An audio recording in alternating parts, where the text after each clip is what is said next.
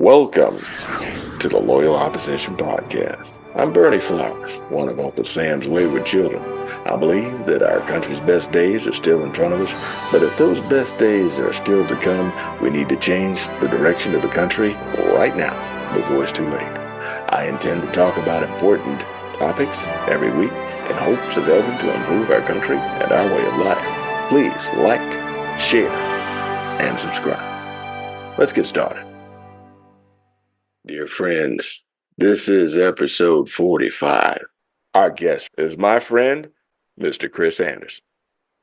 Mr. Chris Anderson is a Baltimore native, a U.S. Coast Guard veteran, and a lifelong community advocate who seeks to become the next city council member for Baltimore's District 7. Chris is a natural leader who regularly attends New Shiloh Baptist Church in West Baltimore. And like many Baltimoreans, Chris wants real change in Baltimore City Hall. He plans to address strategic infrastructure investment, underperforming schools, and smarter crime reduction strategies, particularly those focused on empowering Baltimore's most vulnerable residents. Chris, you are my very first returning champion. Thank you. Thank you very much for having me on. Thank you for extending me this opportunity. Thank you for coming back.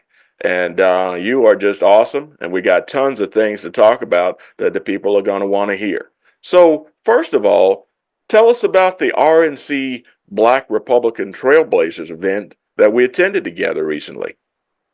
Oh, that great question. That was in Washington, D.C. The RNC GOP had a Black Republican Trailblazers event, have it every year.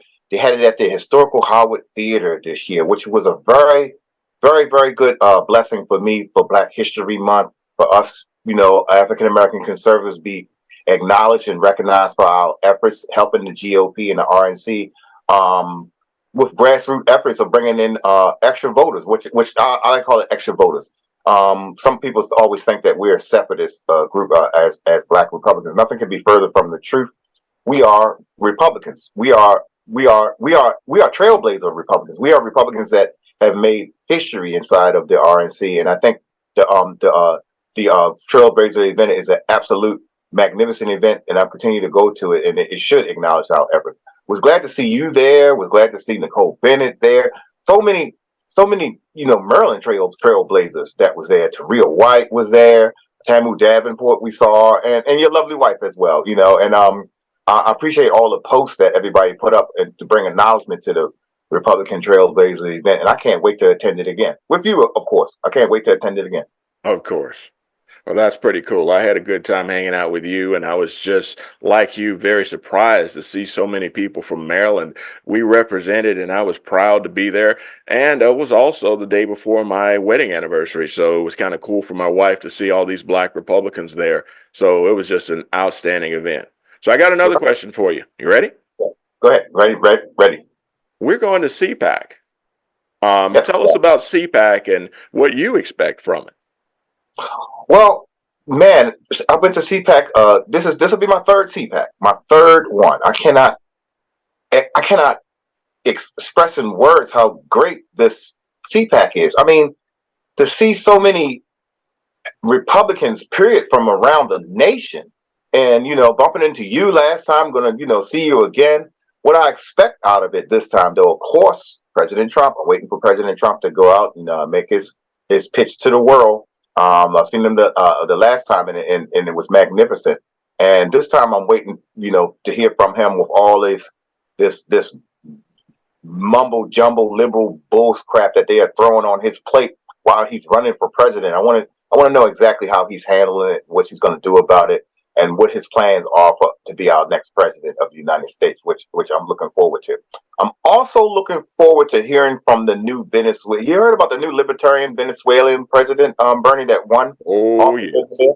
And very he's bringing, right, they call him the Trump of his country. And I can't wait. I heard from the Brazilian president last time, which was a touching story. And it made me I'm full in on conservatism. People say, oh, they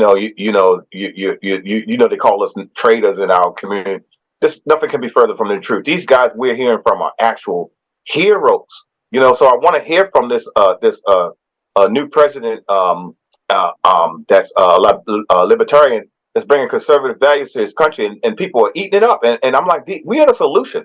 We are the solution to the problem. So as CPAC, I want to be empowered. I want to be enforced to go back out there to be the best conservative Republican I can possibly be for my district. No one else is going to do it. I think at the sound of my voice, everybody, you can be the best conservative you can be in the area that you're in.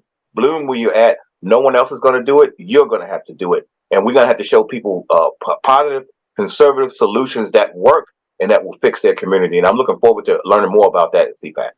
I like your attitude, Chris. I've got another question for you. This is local. Tell us about your campaign. Oh, okay. So I'm running for City Council District 7 in Baltimore City. A very, very hard district. If you want to know where it's at, it's right where the riots happened, Penn North, right where the Freddie Gray uprising happened. And it's important to me to run for City Council and change City Hall. We have to do it on a local level. I was told that by my chair. I'm in the Baltimore City Central Committee. Chairman Kennedy told me that when I first started running office, and I was running for Congress like you. And he was like, you can bring real change to the local level. And sometimes we never, like I just said earlier, bloom where you're at. Sometimes we never think. We think small, or the small thing is not the real impactful thing, and blah, blah, blah, blah, blah. But, you have to do it right where you're at. We have to bring those conservative values right where they're at right in ground zero. And I thought about it when I signed up to run for city council again. And I thought about it. I said, you know what? Everybody in my area, they call us these oh, you're a Republican, you can't win, blah blah blah. This is all dumb thing. This is all dumb thing. And we challenge dumb think every day, and then we say to ourselves, we bring it in, internalize it in ourselves. Well, I can't win, the odds are against me, blah blah blah. No, you have to defeat dumb think with smart think. And I said, the only way we can actually do that is to chip away at dumb think and tell people conservative values you don't even know about them. You don't even know about them. You've been begging for these solutions over and over again, and then you're going to tell, oh, this is not going to work, and blah blah blah. You're voting against your own. You're voting for your own demise. You're voting against your own values. You know those biblical Christian principles that you learned in church are the values that will pick you out of anything. Like God said, pick you up and turn you around. You know God did that in your own life, and you know God can do that in your community. And the only way you can really do that is, yes, through church, and then through your legislative, bring those values and put them into your legislative city hall, and codify them in city hall, so people won't have dumb think anymore. And you won't say, oh, this won't work, and God made it work for you. So I want to make it work for all of our citizens in District 7 locally in Baltimore. And I'm gonna say one more thing, Bernie. How the city goes is how the state goes, and we know that to be true right now with Governor Westmore in office claiming he's from Baltimore. They want to bring Baltimore to the state, and if people keep ignoring the city, the state is going to turn like the city, and then you're going to have dumb think everywhere. Oh, this is just, and now people are leaving the city. Now they're leaving the state. The way the city goes is the way the state goes. So I urge everyone to look at Baltimore in your race, my race, to Trump's race, and say, you know what? If we change the inner cities, we change the states. And that's how you got to do it. The local level, the local level, the local level. Everybody should concentrate on the local level. And that's what I'm doing in my campaign. And I intend to change Baltimore no matter what I do from the inside out. And that way we can change the state as well. Well, speaking of the local level, let's talk about public education. Let's, there's problems there. And just tell us about your plan for how to fix things. Okay, the plan's how we fix everything at the education. Ed Burlett, a good friend of ours, told me one time. He said, Chris, people always talk about systemic racism. He said, I don't know if it exists or not, but he said, I can tell you this. And this is a Irish white man. He said, there's systemic racism in the school system. If you keep the students dumb, well, like I said earlier, dumb think. That's ingrained. And he said the only way to change that is through the educational system. We have to get STEM back. We have to get civics back. We have to teach people how the government works. We have to teach people how to sorry to say, you had to teach them how to iron their clothes nowadays. They don't even know how to write cursive anymore. You Yeah. know, so if the school system look, if it continues to go the way it's going, you're gonna have more crime. You're gonna have more dumb think. You're gonna have more people going against their values. You're gonna have churches closing because people are gonna, oh, I think this way, so I don't want to think that way. You know what I mean? Even though Christ will free you. So people are not going to start ignoring education. And the Bible says, if my people turn from their wicked ways, they're not will heal their land. How are you going to turn from your ways? You don't even know. You don't even know you have wicked ways. You thinking everything normal. We had a kid down here, a kid shoot someone. You know about it. The squeegee kid shoot a man in the chest in broad daylight. Yep. Broad daylight. And everybody act like that was like, oh, people come out protesting. Oh, the kid, he was a victim, and oh, he's supposed to pull guns out and shoot people in the chest in broad daylight. So that's what people are. That's what we're dealing with. And if we don't want to get worse, we really, really got to work on our education system. And I'm gonna say this, Dr. Sandalise, who's getting paid all that money to fail our students, the first thing I'm going to do, actually, I'm going to do it before I get in office, and I'm recommending it now, and most of the candidates recommend. I suggest people look at Baltimore and ask for this woman to be fired. Tell this woman to stop failing our students. We got to do it from the national level, the state level. This woman should be fired. If you don't want Baltimore City to be imported into your counties in the backyard, fix the school systems. There you go. Well, bottom line is we appreciate what you're doing, but right now the floor is yours. You get to say whatever you want. Oh, okay. So thank you first of all, Bernie, for having me on again.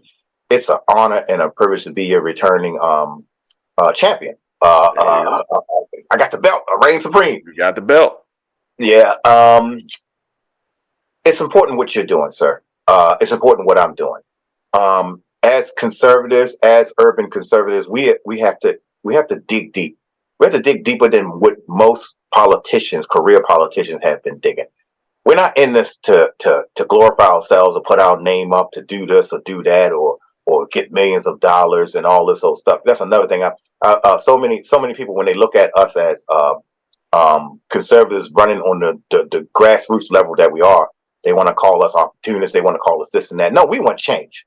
We want real change. I don't know what everybody else wants, but we want change. And that's why we're so passionate, and that's why we fight the way we do. I suggest everyone, running for office or not, get that passion in your soul, get that mindset from God, and import it to your community right where you're at. That's a biblical Christian conservative value mindset. It is the only, at this point, we know that with Joe Biden, with Sleepy Joe coming out of his basement again talking about, oh, Donald Trump this, Donald Trump that. We have to get off of that nonsense. We have to look at these principles that Donald Trump represent, these principles that Bernie Flowers represent, these principles that Christopher Anderson represent, and say, you know what? These are the conservative principles that we need. Period. Point blank. I might not like them. I wouldn't say they don't like them. I would not don't not understand them. And the only reason you don't understand them because you got piss poor education. But you know, they're going well. The people that we need to fight are out there. They're not in here. They're not me and you. Work with us. Learn conservatism.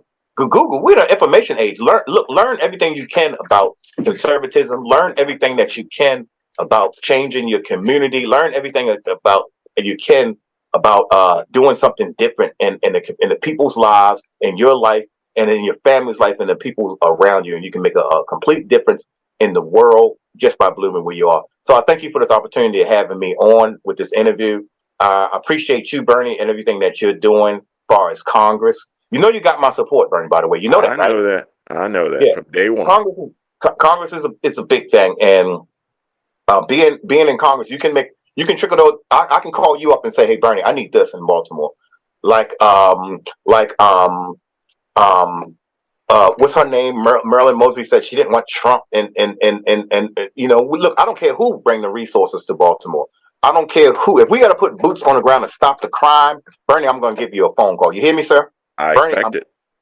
you will get a phone call, and I would say, listen, crime's out of control down here. And if the news want to ask me, hey, why'd you call him? I'm gonna say, well, you didn't do anything about it. Crime's been out of control. Yeah. So I expect Mr. Flowers, current Congressman Flowers, to come down here to Baltimore, at least give us a word, I bet you it would calm things before we had to put troops on the street. But yeah, we need troops on the street here in Baltimore. And like I said, and I say it again, the way Baltimore City goes is the way the state goes of Maryland. The state of Maryland will go the same way, and we see that happening now.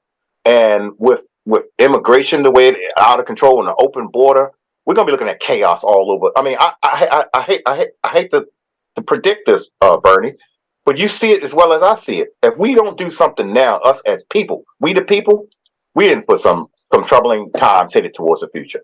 There you go. Okay. Chris, how can people reach you if they need to? Oh, okay, thank you.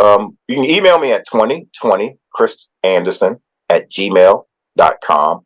I can also, I'm always on Facebook. You know that. I'm always on Facebook. This is at Chris Anderson 2020, and I'm on Twitter at C Anderson 2020. My email address is tinyurl, that's tinyurl.com/elect Chris. That's tinyurl.com/elect Chris. Outstanding, good sir. Well, brother, I appreciate you being on our podcast. I appreciate everything that you do. We are fighting for the same cause. Let's keep going. The people are counting on us. Thank you. Let's keep going no matter what. I'll see you at CPAC. We're going to keep going right up to Washington, D.C. at CPAC. And you know me and you, we got an audience with, don't you leave this time. Don't you leave. President Trump, I saw President Trump. You were gone, remember? That was a Saturday, man. I had to take care of the family stuff. But if he's coming, I understand that he is going to be speaking. And so I'll be there on Saturday as well. So I expect her to be there all 4 days. All right, I'll be there, and we get an audience with President Trump, and we got to convey. You've already reached out to him. We got to convey these messages to him. We're running on a presidential year. I know he's not, in the city, people just don't understand. They say we don't want this. We don't. That's the nominee. That's who we have. That's the nominee. We have to support the nominee. We have to support the nominee. We have to bottom line. I'm glad you said the bottom line. We have to support the nominee. That's the only way the nominee is going to support us. I don't care who bring those results to Baltimore. I don't care who it is. You, me, President Trump. I don't care who it is, as long as we get those results. So I'm looking forward to CPAC and seeing you there and talking to President Trump. You will. You will. All right, brother. You take care of yourself, and thank you for being on the show. Thank you. Thank you very much. Thank you for having me. And I look forward to talking to you again. Well, that's about it for now. This has been the Loyal Opposition Podcast, produced in association with Liberty Arise Media, Fallback Productions, and other podcasters. I ask that you like, share, and subscribe to this podcast and to this channel. Be sure to get your copy of my book, Black Values Matter, available on Amazon or as an ebook on Audible or Apple Books. And remember, it's okay to disagree, but if we want our country to prosper, we must insist on unity, transparency, and civility from ourselves and our fellow citizens. Thanks for listening to the Loyal Opposition Podcast. See you next week.